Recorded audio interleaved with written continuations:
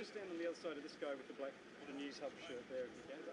Jess, just stand on the other side of this guy with the News Hub t-shirt. Problem solved. I know. I'm a problem solved. I'm okay. How are you doing? It's not ideal. Oh, where are you from? No, not if he owes you money on that. I am. You're Brad. Oh, Brad. She has a plane seat to get there. I'd slightly rather go more in there, because otherwise... Okay, just be where I can see you, or it's... I think you're going to be right in the way. There you go, Jonathan. Comfort is key. Senior correspondent. Thank you, John Henning.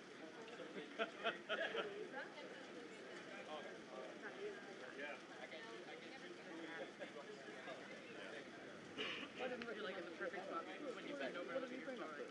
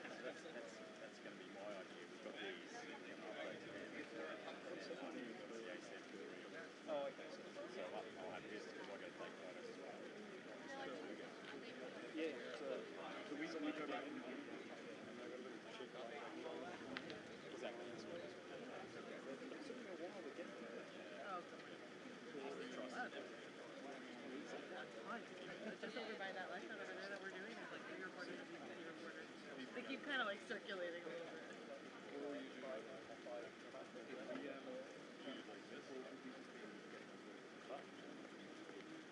And what do you think of the video guys? Are they alright?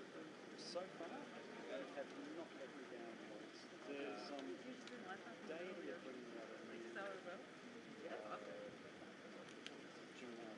Yeah, keep it like that. Keep it nautical. Which is bigger. Hello, I just have an announcement real quick.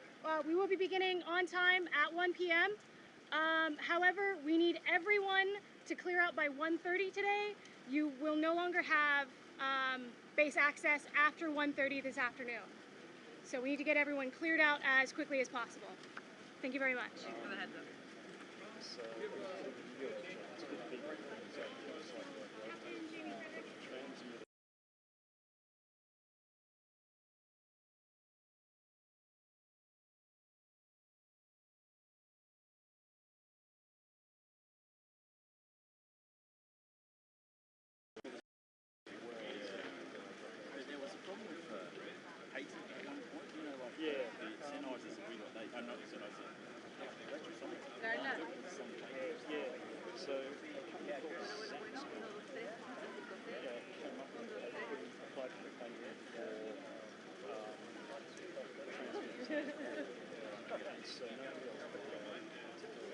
But it's changed recently, and a lot of companies are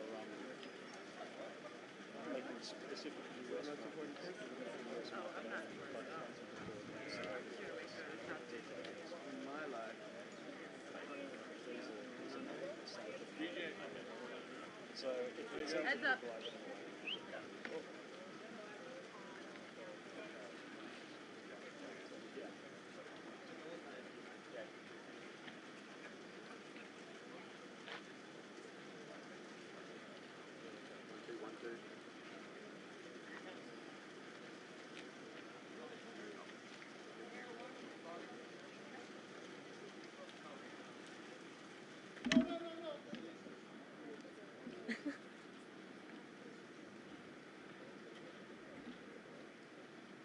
Okay, good afternoon, everyone. Thank you so much for being here today. Today we'll be hosting another press briefing to discuss any updates regarding the search and rescue case for the submersible Titan that's located approximately 900 nautical miles offshore in the vicinity of the wreck of the Titanic. Today we will have speaking Captain Frederick, Response Coordinator of the 1st Coast Guard District. He'll be giving a brief statement followed by about 10 minutes for questions and answers. Thank you so much again. Let me please introduce Captain Frederick.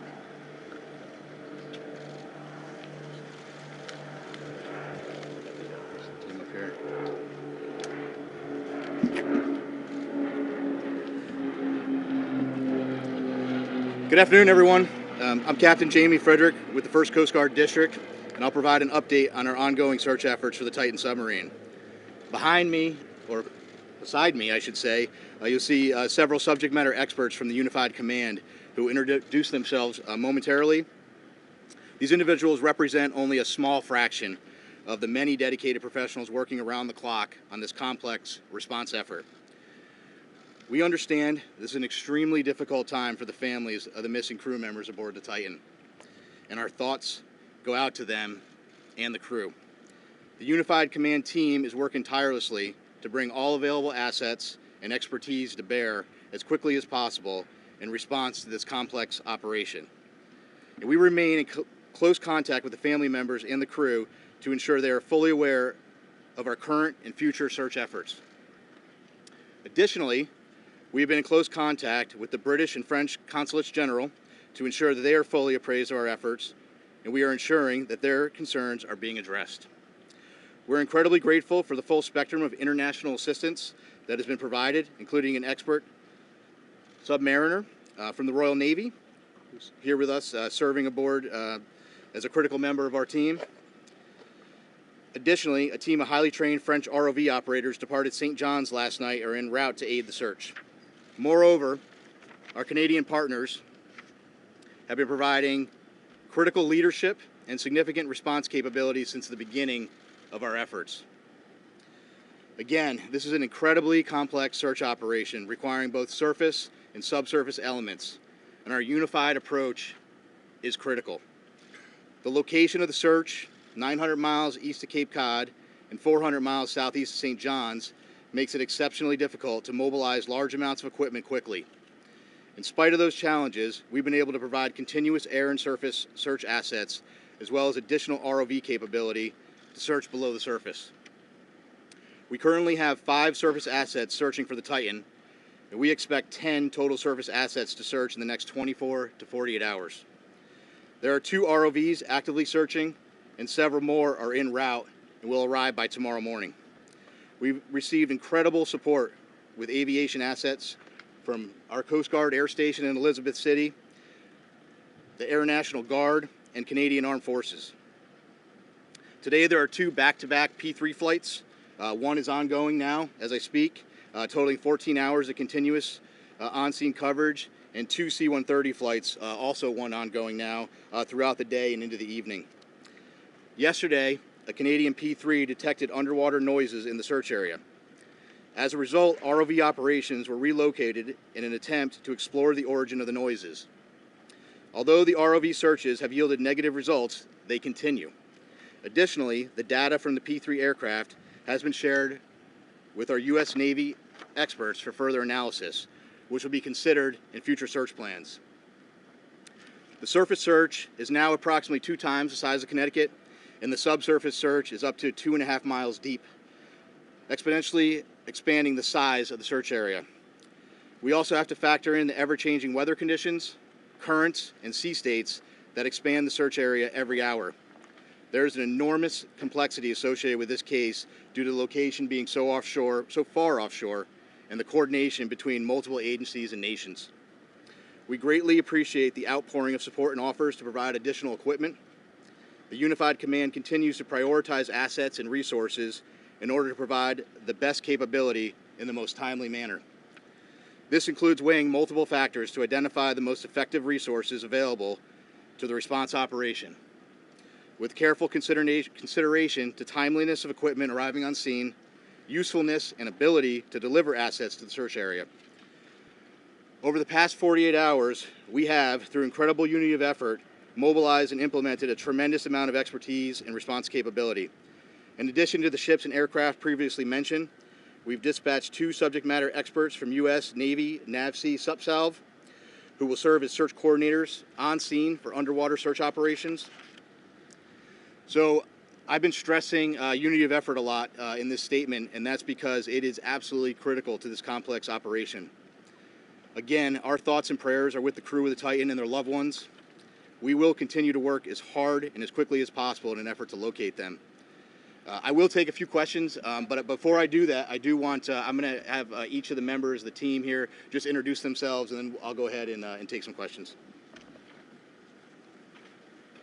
Okay. Good afternoon. I'm Paul Hankins. I'm the Director for Salvage Operations with the U.S. Navy's Supervisor of Salvage. Hello, I'm Carl Hartsfield from the Woods Hole Oceanographic Institute. Good afternoon, I'm Lieutenant Commander Rich Cantharia. I'm an exchange officer currently serving on the staff of Commander Submarines Atlantic at Norfolk, Virginia. Good afternoon, Lieutenant Commander Christy Butler, working closely with Captain Frederick from RCC Boston, Search and Rescue Mission Coordinator. Thank you.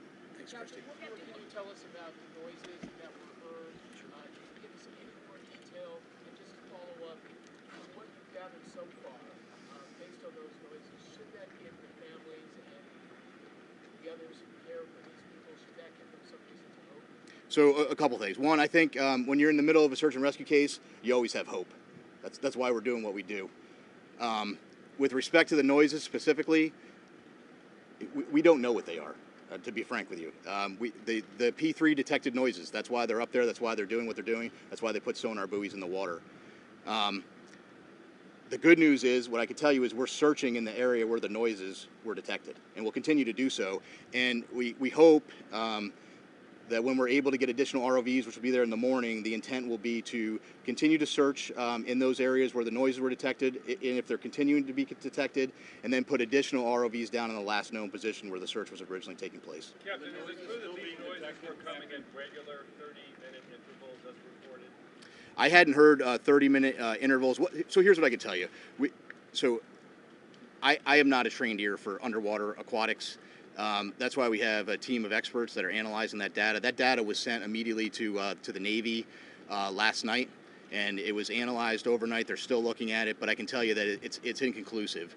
But again, I think the important piece is we're searching in the area where the noises were detected. Captain, can you talk about a timeline? Can you talk about what timeline you're working on in conjunction with the teams that are there? It's a timeline in what respect? How much oxygen they have left off? Oh, okay. Well, in terms of, so we talked about the oxygen number. I think you're all tracking the oxygen number. I think there's an important point with that, though. The oxygen, that's just one piece of data, right? There are a lot of pieces of data that we need to consider. And, we're continuously looking at that, and we'll continuously, do that throughout the search. But that's not the only thing that's important, right? And right now, our efforts are solely focused on the search. That certainly is a dialogue that's happening.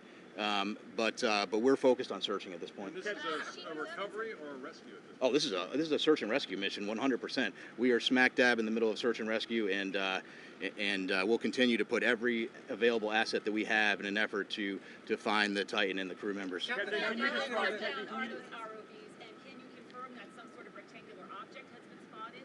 There was some sort of report about that. So a couple things. So the ROVs each ROV brings different capability. The ROVs that are diving today, Paul, what's the depth on the 4,000 meters. 4,000 meters. And some additional ROVs that'll be arriving tomorrow have additional depth capability. With respect to an object, so yesterday one of the aircraft did see an object. I will tell you this: in search and rescue missions, when aircraft are flying continuously, there is stuff out in the ocean that is floating. We went back, we looked at it. It wasn't. We didn't determine it to be debris. We don't think it correlates with the case, and it is not uncommon at all during an active search to see things, and then we go and look at them. So. Just from BBC News, when were these noises first heard? How long did they persist for? And if I could also ask, do you have any information in terms of food and water that men might have on board the sub? Yeah. So. So several P3 flights have heard noises as yesterday, and we put assets there. We relocated assets immediately. With respect to food and water, it's my understanding there are some limited rations. I can't tell you exactly how much they have aboard, but they do have some limited rations aboard the vessel. Speaking to the families, how much hope can you give them after hearing those noises? listen, I think you need to be careful. We need to have hope, right? But I can't tell you what the noises are. But what I can tell you is, and I think this is the most important point, we're searching where the noises are, and that's all we can do at this point. Is that your best clue right now about the status of the submersible or those noises? And are the noises continuing now? Have they stopped? So I just wanted to. So it was my understanding that the P3 had heard some noises today as well. But so I do want to take just an opportunity to invite Carl to the podium just to talk a little bit about. He has a little bit more expertise in underwater acoustics, and maybe just to speak to that in general, because again, there are noises below the surface of the ocean, so I'll just turn it to Carl. Carl, can you spell your name? Yes, Carl Hartsfield. So again, Carl Hartsfield from the Woods Hole Oceanographic Institution. So the ocean is a very complex place. Obviously, human sounds, nature sounds, and it's very difficult to discern what the source of those noises are at times, but I can tell you that this team has multiple sensors. They're in the area. They're sending data back expeditiously to the best in the world people to analyze that data, and then they're feeding the results of that analysis back to the unified team, and they're making decisions. So Woods Hole is here in an advisory role, but by our expertise, what I see is a very tight operational loop that's making decisions based on data, and nothing is ruled out. Considering, He said he heard the noises this morning. Are they still continuing on a regular basis? There have been multiple reports of noises, and every one of those noises is being analyzed, tracked, looked for patterns, and reported upon. Considering how many days passed? Can you describe what the noise sounds like that they're hearing? Well, the noises, again, very complex in the ocean. You have to be an acoustic analysis, and you have to have context. They're trying to put all the pieces together. The noises have been described as banging noises. But again, they have to put the whole picture together in context, and they have to eliminate potential man-made sources other than the Titan. Considering how many days passed? Is it possible a ship in the ocean or even some mammals out there could mimic that kind of sound? So I can tell you from my experience with acoustics that there are sounds by biologics that sound man-made to the untrained ear, but I can assure you that the people listening to these tapes are trained. There are a lot of vessels in the area, and they each make noise, right? So all of that has to be eliminated, and it's analysis over time. Plus, as the captain said, the team is searching in the right area. So if you continue to do the analysis, look for different patterns, and search in the right area, you're doing the best you possibly can do with the best people on the case. Considering how many days passed? Excuse me. Deep ocean salvage system flyway that was sent there to the location. Can you tell if it's on site yet, and how it operates, and how long it would take to rescue at depth with that tank? Which system is he speaking about? Do you know the system? What's the system that you're talking about? It's called the Flyway Deep Ocean Salvage System. That's just a hydraulic, Yeah, that's a crane. Yeah, so that's what I thought. So that's a piece of equipment. It's a crane piece of equipment. There are a lot of pieces of equipment flowing in through St. John's right now. One thing I did want to mention, I think it's important. Some of the ROV capability that's arriving soon is really great, incredible capability. One thing I want to point out is that French team that's coming in to serve aboard with their equipment aboard a French ship. They bring some state-of-the-art equipment, and so once they get on, we're going to have more assets down to look, and we'll continue to put them where we think the best location is. Considering how many days passed, are you still optimistic that you're gonna find them both? So how many days? Did you ask how many days? Considering how many days passed? Well, so we have to remain optimistic and hopeful when you're in a search and rescue case.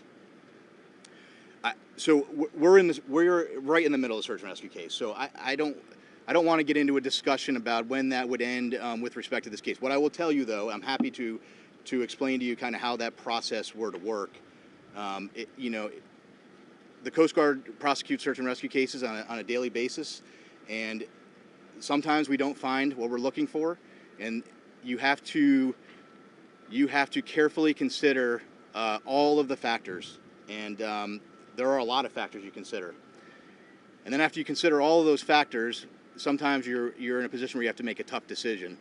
We're not there yet, but if we continue to search, potentially we could be at that point. But again, we're not there yet, and that's a discussion that we will have with the family long before I'm going to discuss that here publicly. Can I ask, given this was an uncertified... Yeah, so I can't put a number on the, like, you know, I'm not going to put a percent. I don't have a percentage number. What I would tell you is that is just one data point, and there are more data points than that we have to look at. So right now we continue to search, and we'll have that later. Can I ask you, given this... Captain, if I could, who heard the noises and how often do they hear the noises? Can you just give us any more specifics? Did Sure. you hear them this morning? Were they at 30-minute intervals? Just give us some more specifics. So the report. So the noises were heard by a Canadian P3, and that was this morning and some yesterday. I don't know specifically or they're at 30-minute intervals, but again, I really think the important point to that is we're in the air, we're searching there. We moved assets and we're searching there, and we'll continue to do so. Could you just Go ahead. and I don't know if you mentioned this yet, but is the vessel itself, what's the likelihood that it's actually still operable at the vessel itself? Yeah, I don't. So, listen, whether it's operable or whether it's sitting on the ocean floor, whether it's in the sea column, whether it's in the surface, it's all speculation, and we're just not in the business of speculation. We're in the business of searching, and we're putting everything we can with the data we have to search for the vessel. And I think we'll take one more question. Go ahead, sir. Just want to get a bit more about the role of the Navy and the assistance being provided, as well as the equipment that is being deployed. Yeah, so we asked for some additional subsurface support, and we got that through the Navy, through a liaison officer. He's just one of many team members, and we're greatly appreciative of the British government and all the support they've given us. Do we expect a daily update now on this? So I think the plan will be to do a daily like this. I'm not going to lock into that right now, but we'll keep you informed, and certainly if there's any major developments, we'll let you know. Thank you very much. Thank you so much for attending today's press briefing. That will conclude all questions. Thank you. Excuse me, sorry. No, whoever asked that question. No was the answer. Tom said no.